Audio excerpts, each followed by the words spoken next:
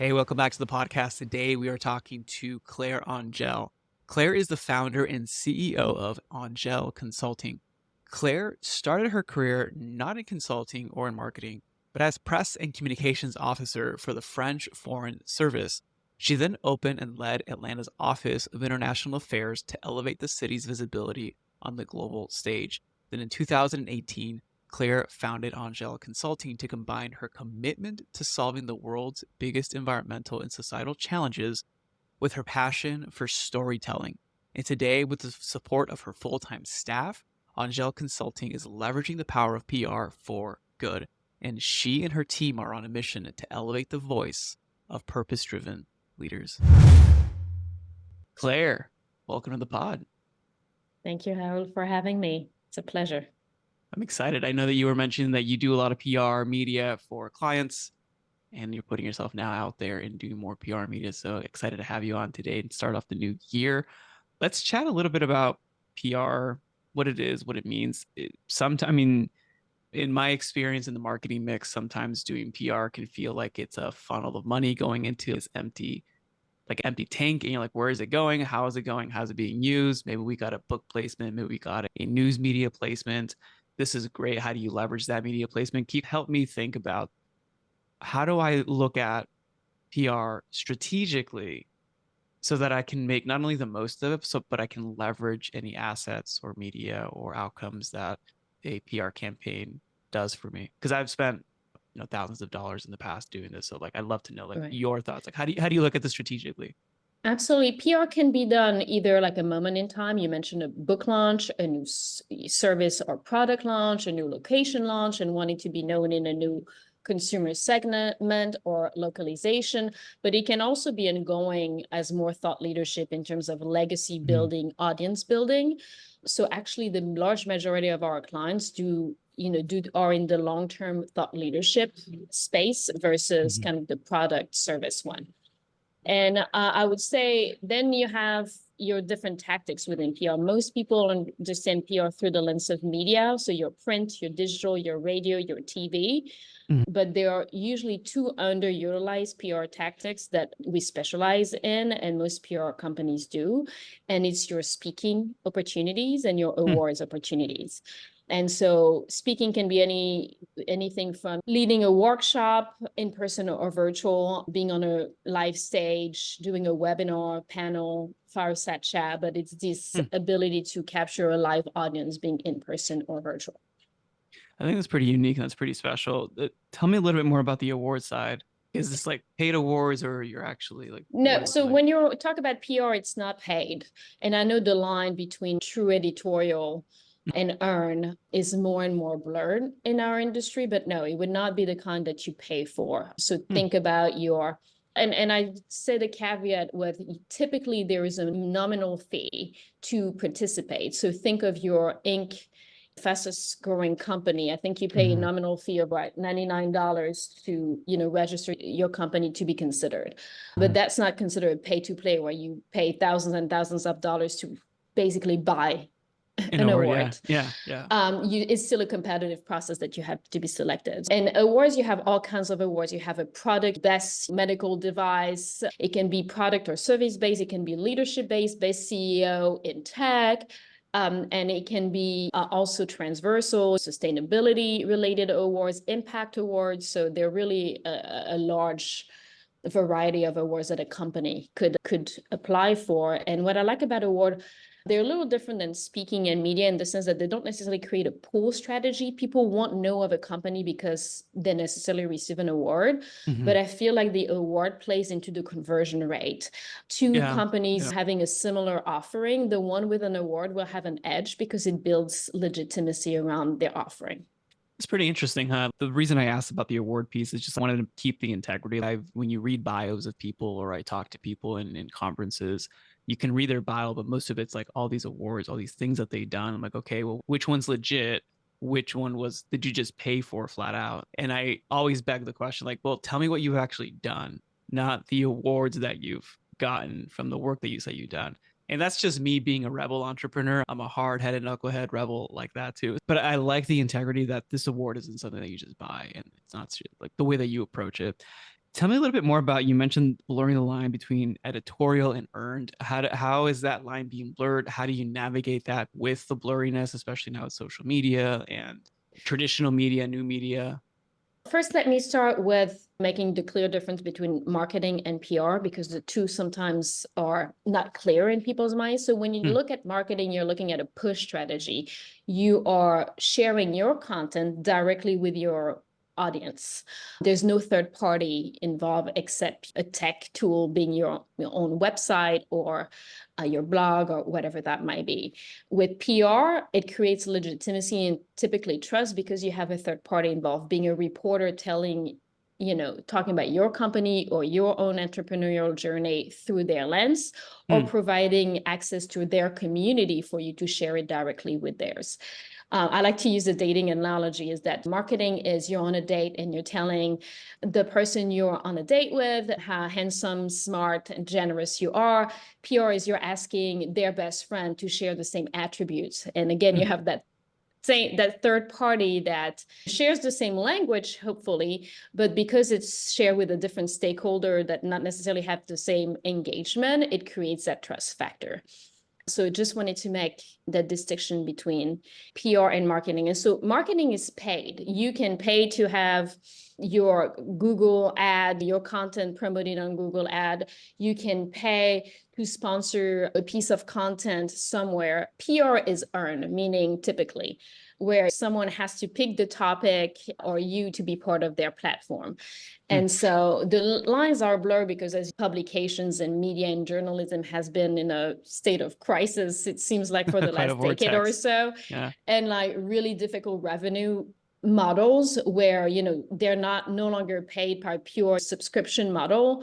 The bulk of their revenue comes from advertisement, and even that is difficult to compete in. So Hmm. they created a suite of products in between. So think about Forbes Business Council. It's not Forbes magazine, and it's a product by Forbes where through a membership, Forbes members, once if selected, have the ability to post on Forbes Business Council once a month an article.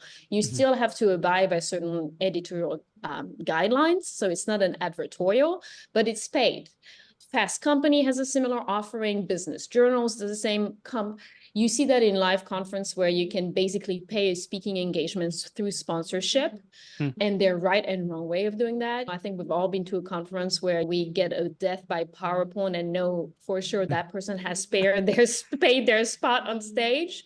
So that's where I'm talking about where the line are blurred more and more. And we talk a lot with our clients that it's not necessarily wrong to want to leverage those, but you have to select the right ones because paying to be on a podcast with no verifiable audience is not going to accomplish anything for your company. The awards, if you've never heard of the award, what good does it do to your Hmm. company to just pay for an award? Like the definition of an award is a competitive process where you come up on top because you have the legitimacy to do so. Yeah, that's what I meant by the blurred line of earned and paid.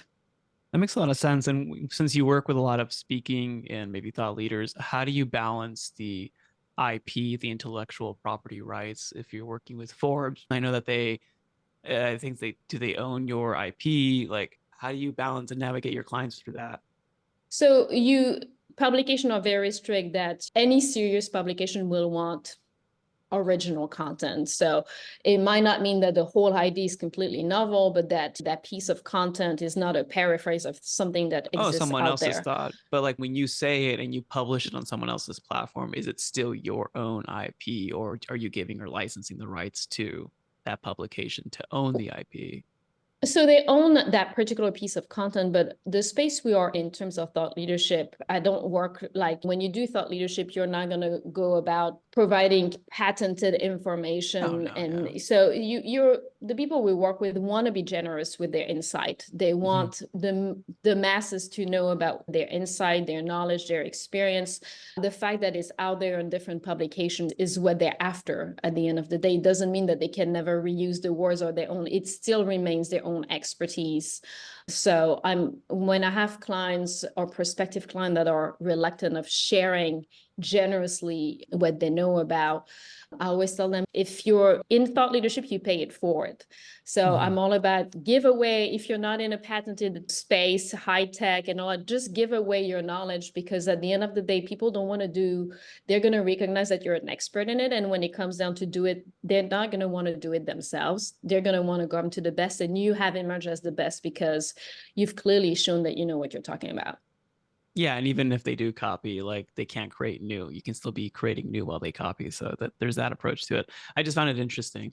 Could we do like a thought experiment, just like seeing the way that I see media and like getting your picking your brain on it, and maybe Sure. not saying, okay, this is a live strategy, but like let's do like a thought experiment. Right now, some of the creator models are you build your YouTube channel, your newsletter, and then you syndicate micro content through Instagram, X, Facebook, or TikTok, whatever platform. Like you use the socials to do micro content, and leads to a podcast or a YouTube channel. And then from there, it leads to the email list. And there it leads to whatever your goals are to promote, to grow, to influence.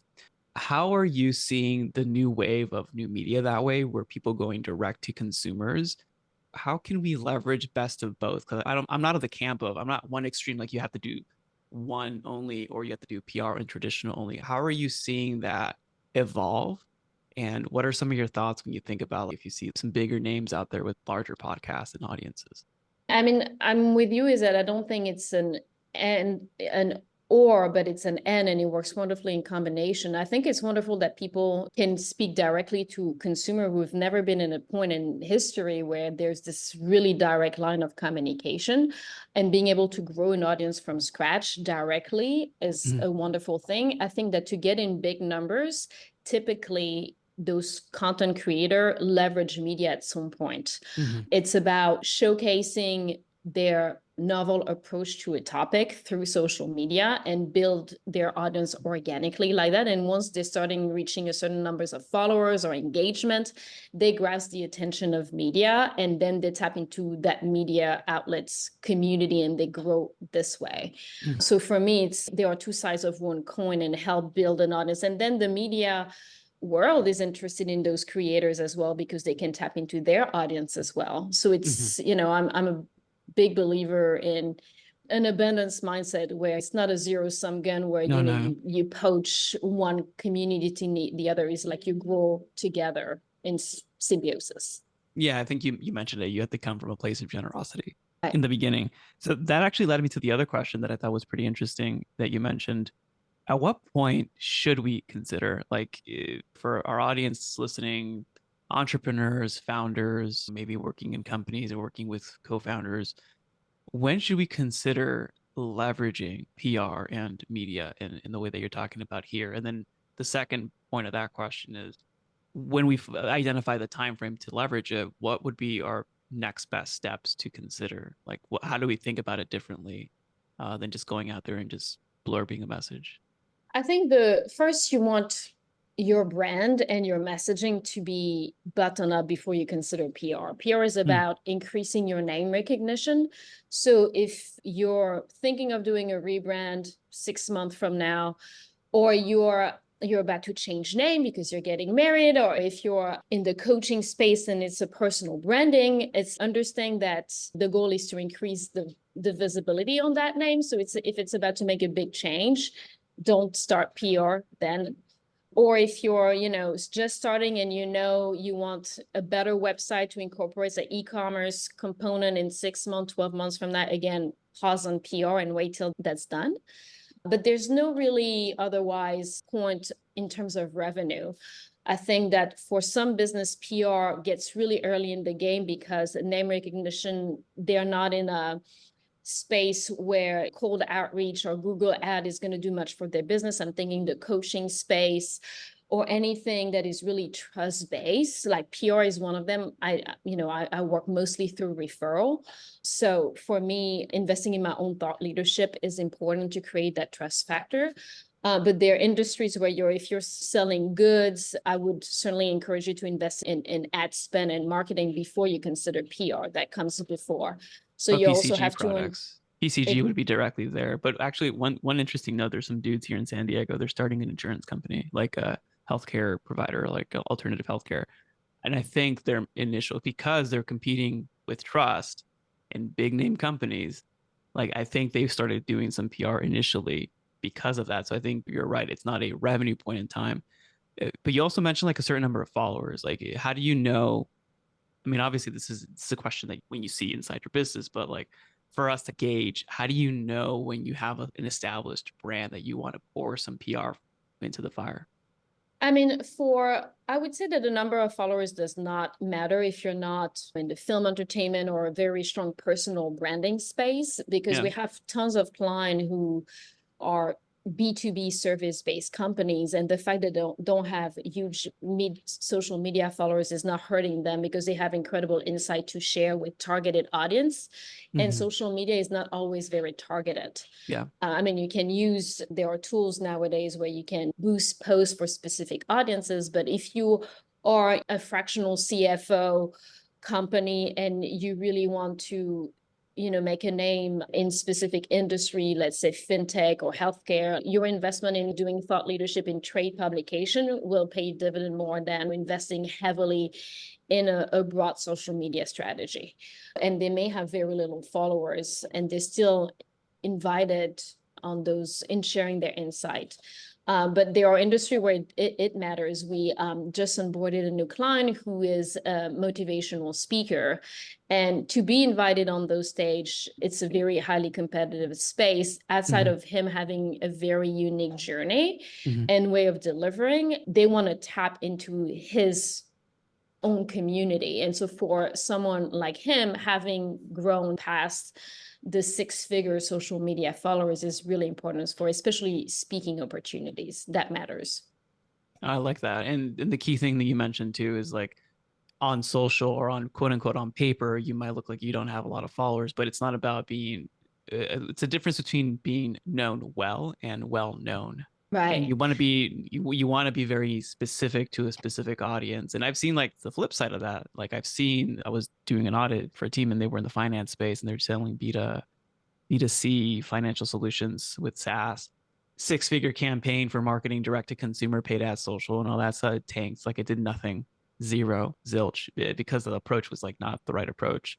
So it's pretty good to be able to brainstorm and think about that. So if we're deciding to do PR, what are some of the key things that we need to be looking at?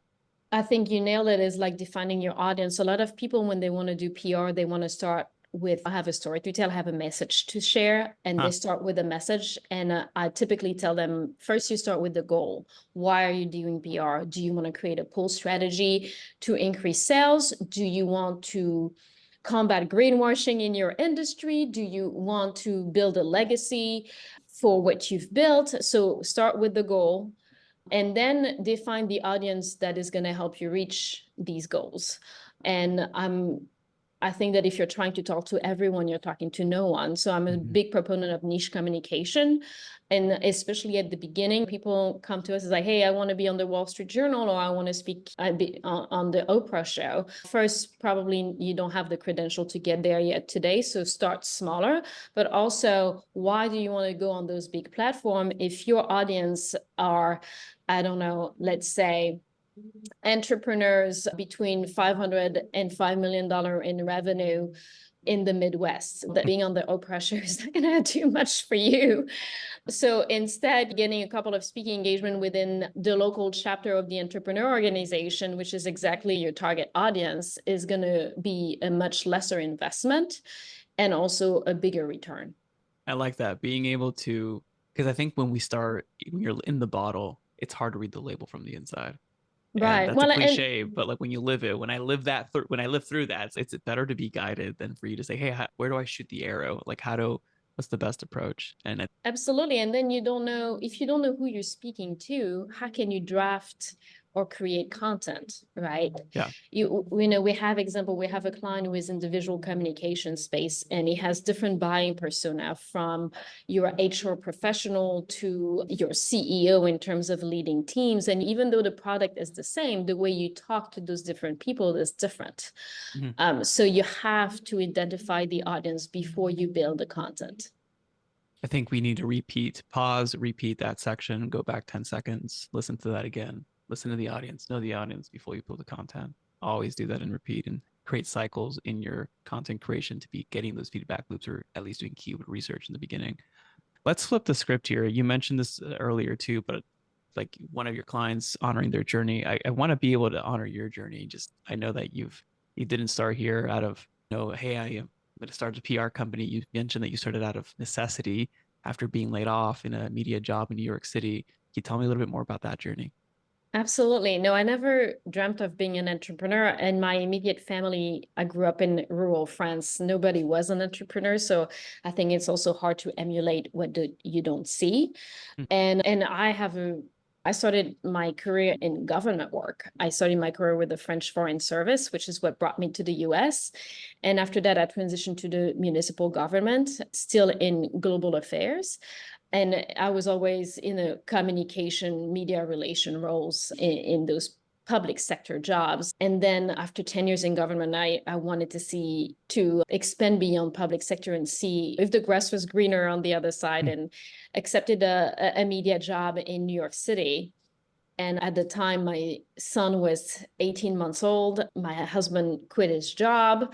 We all moved to New York. And within 6 weeks of my start date, the CEO stepped down and we all got laid off. And it was just a really scary, pardon my French, oh Yeah. shit moment where I mean, I started an LLC overnight in 15 minutes online. And the thought process was, I just need to bring money in to pay rent. There was no mission statement, business plans. I didn't have a business card.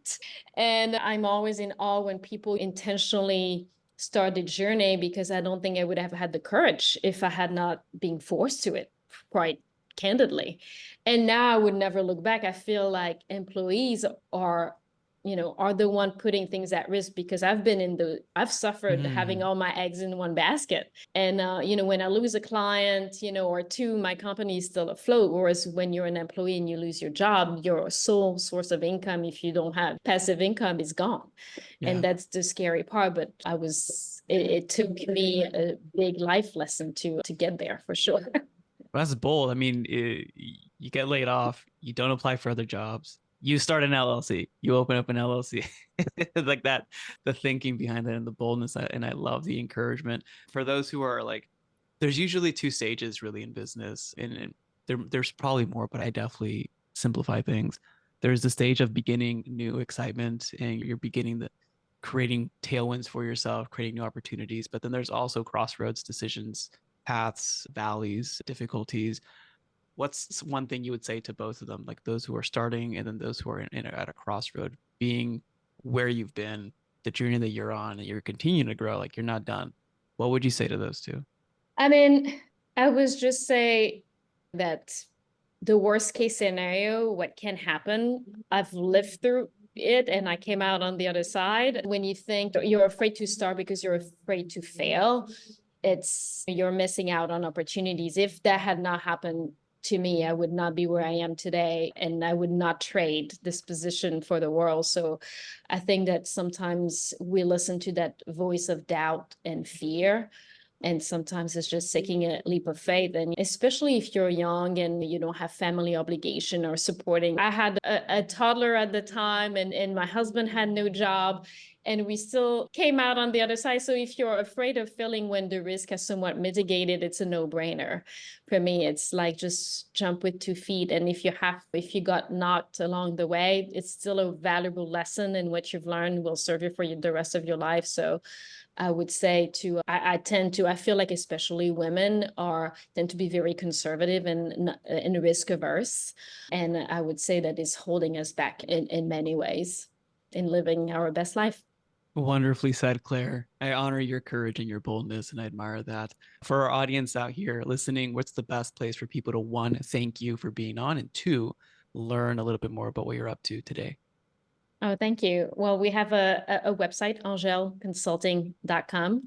It's a French name, so it's ANGELLE consulting.com. I'm also on social media, so feel free to reach out, and I'd love to connect. We'll put your links, the website, LinkedIn, and Instagram on the show notes. Claire, thank you again for being on. Thank you, Raul. Have a great rest of your day.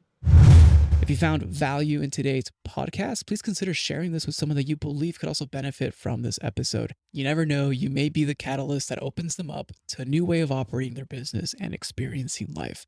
As always, it's an honor to be a small part of your journey. This is Raul Hernandez. Do good work.